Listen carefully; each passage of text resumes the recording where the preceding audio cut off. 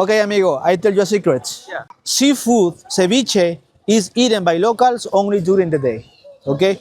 But of course, gringos like Tiffany, they eat ceviche at night. Excuse me. Like crazy, you know.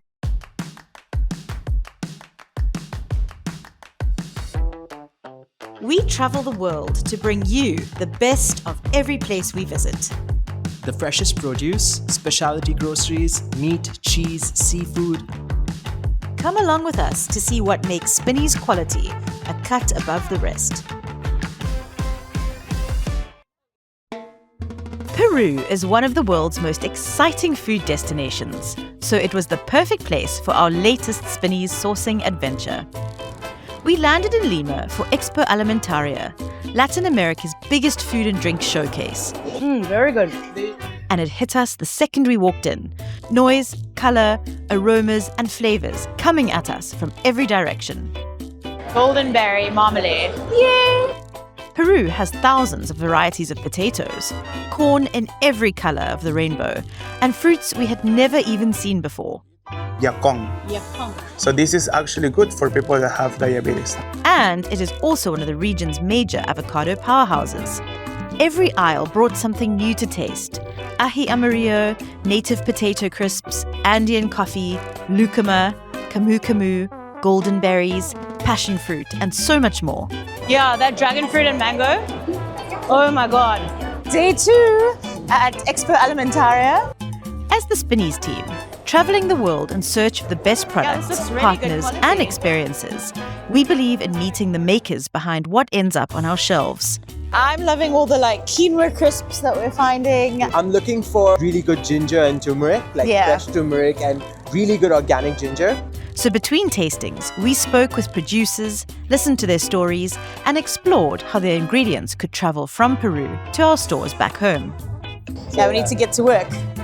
We also took to the stage to talk about doing business in the Middle East and did a Q&A as we officially introduced Spinneys to Latin America. We must give a huge shout out to Fabrizio as well.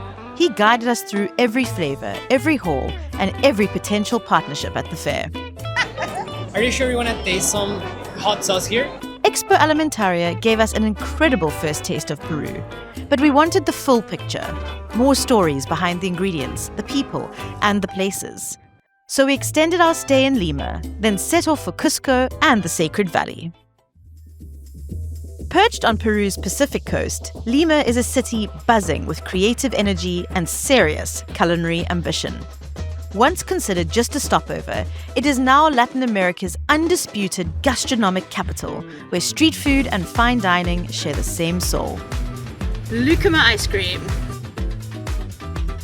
I don't know what I'm going to do without lucuma in my life. Mercados overflow with tropical fruit. Mango and gooseberry. My new favorite combination. Cevicherías and pisco bars hummed from lunch until late, and chefs blend tradition with innovation in unforgettable ways.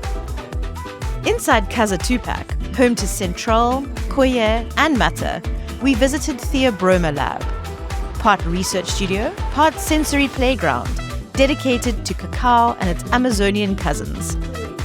Chefs Katerina and Elvis gathered us around cacao, macambo, and capuazu, 3 related fruits, each with its own flavor, color, and aroma story. Macambo comes from up north in Lamas, San Martin. Katerina sliced open a cacao pod and suddenly the room filled with a citrusy, floral perfume. The crunchy husk, smoky mesocarp, and softly sweet inner layer showed just how complex a single fruit can be, while the seeds, coated in tangy pulp, tasted bright and refreshing. Macambo was creamy and nut buttery, while capuazu was sharp and tropical, almost yogurt-like. With no manuals or textbooks to follow, the chefs temper lesser-known Theobromas entirely by hand, experimenting until they coax out the perfect texture. So we have cacao, 77%, cacao 100%, macambo 74%, that we work with fermented macambo seeds. We have a blend of macambo cacao and also a blend of the 3 Theobromas. The tasting that followed felt almost alchemical. A light tea-like cacao husk infusion, cacao shell reduced into a glossy honeyed sweetness, an astonishingly silky 80% macambo paste, and chewy kapuazu gummies and an ultra-refreshing sorbet. It was chocolate, but completely reimagined, and it changed the way we think about cacao and its potential. At Kjolle, Chef Pierre Leon transforms matters research into a 9-course journey through Peru's ecosystems. Each plate felt like a postcard from a different landscape, yet everything was deeply rooted in place. We tasted corvina and clams with crisp kiwicha and sweet pache fruit, many tubers, a colorful mosaic of Andean roots and grains, duck with sea urchin and munya, and lobster layered with charapita chili, chichina, and crab. Dessert echoed our morning at Theobromas lab, cacao, macambo, and kapuazu appearing in playful new forms, while the liquid lab pairings use botanicals, fermented teas, and distillations to mirror Leon's philosophy in every glass. To understand modern Peruvian cooking, we had to step into the world of Chef Gastón Acurio, often described as the godfather of contemporary Peruvian cuisine. His restaurants have helped take Peruvian flavors to the global stage, and we wanted to experience that story firsthand. Lunch at Lima cevicheria unfolded like theater.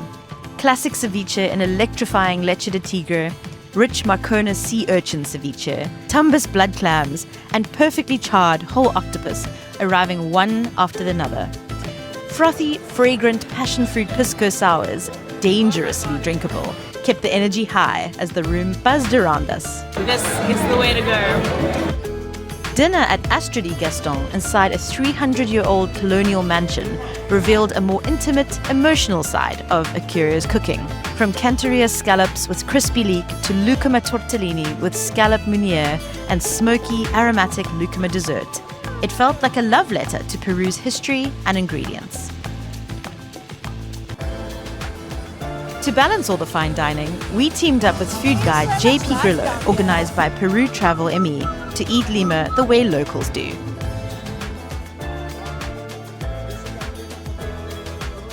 Chili peppers are the key of Peruvian cuisine. That's why Peruvian cuisine is #1 right now in Latin America.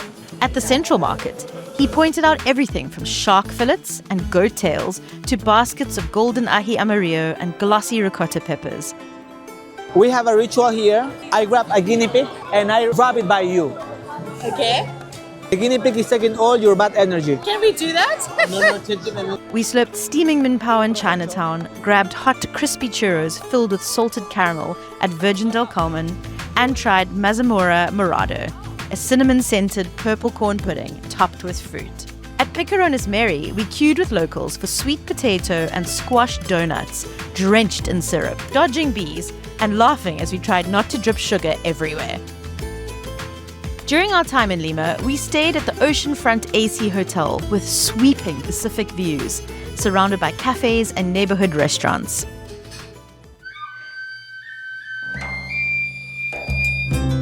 Landing in Cusco, we swapped sea mist for mountain air and found ourselves surrounded by Inca stonework, colonial churches, and contemporary cafes.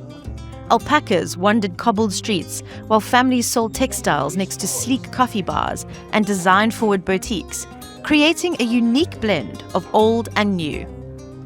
From Cusco, the Sacred Valley opened out in ribbons of green, fertile terraces, quiet villages, and smoky Pachamanca feasts revealing a slower, deeper rhythm of life. We are at Ollante Tambo, an incredible sight. You can feel like presence here, and the wind is blowing, the sun is shining. On top up there, there's an incomplete sun temple. Magical day. Magical yeah. day. Yeah. We have about 5,000 salt plants. Most of it comes naturally from the mountain, from the pre-Inca times. And one great thing about this place is that it is administered by the community of Maras. And that's actually where we see the name, no? Marasal, because Maras comes from the community and sal, salt, not translated to English. The Maras salt producer, he was talking about how it's like a fast dissolving salt. It's not overly salty on your tongue. That gets me really excited about Maras salt. Yeah, seeing it now, like where it comes from, is so inspiring, right?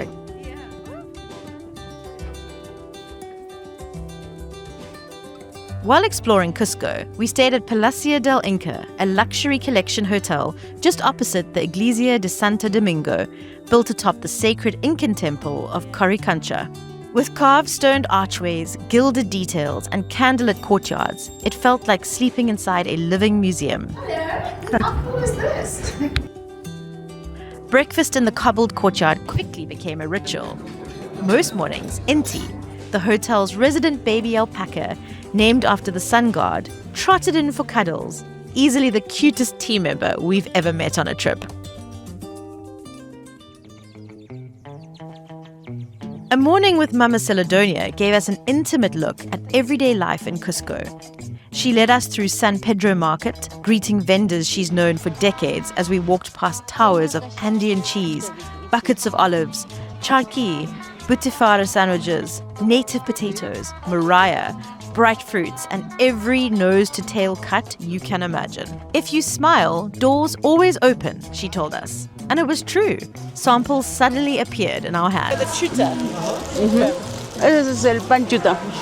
Super delicioso. You can taste it, yeah? Back at her restaurant, tucked inside a colonial house, she showed us how to shake up pisco sours before we cooked Andean chicken soup with dehydrated potatoes and wild herbs, all while sharing her story of resilience and building a women-led business.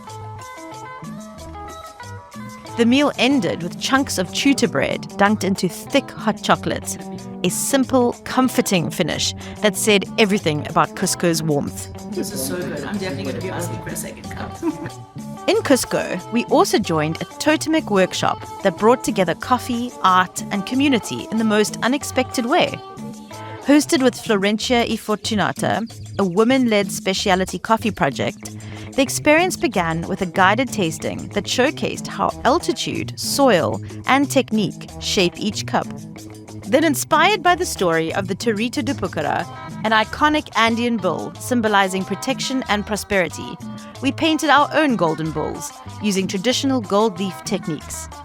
It felt like the perfect blend of what our trips are all about: discovering flavor at its source, meeting the people behind it, and taking home a piece of living culture, not just a souvenir.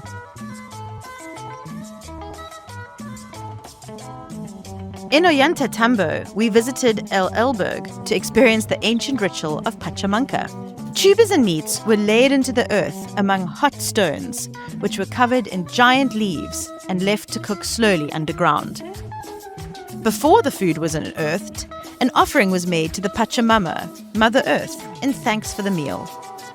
Lunch at long wooden tables brought together lamb, chicken, corn, fava beans, quinoa, and cheese baked in clay pots, all served with glasses of chicha morada.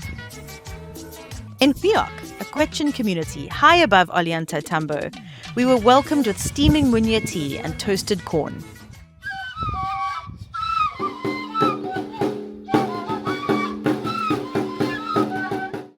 We watched artisans dye wool with natural pigments and weave intricate textiles, skills passed down through generations and closely tied to the landscape.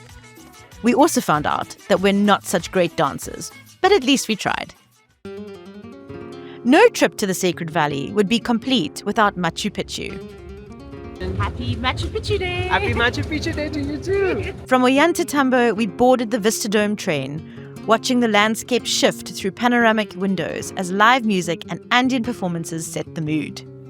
In Aguas Calientes, we hopped on a bus that wound its way up the mountain until finally the citadel appeared.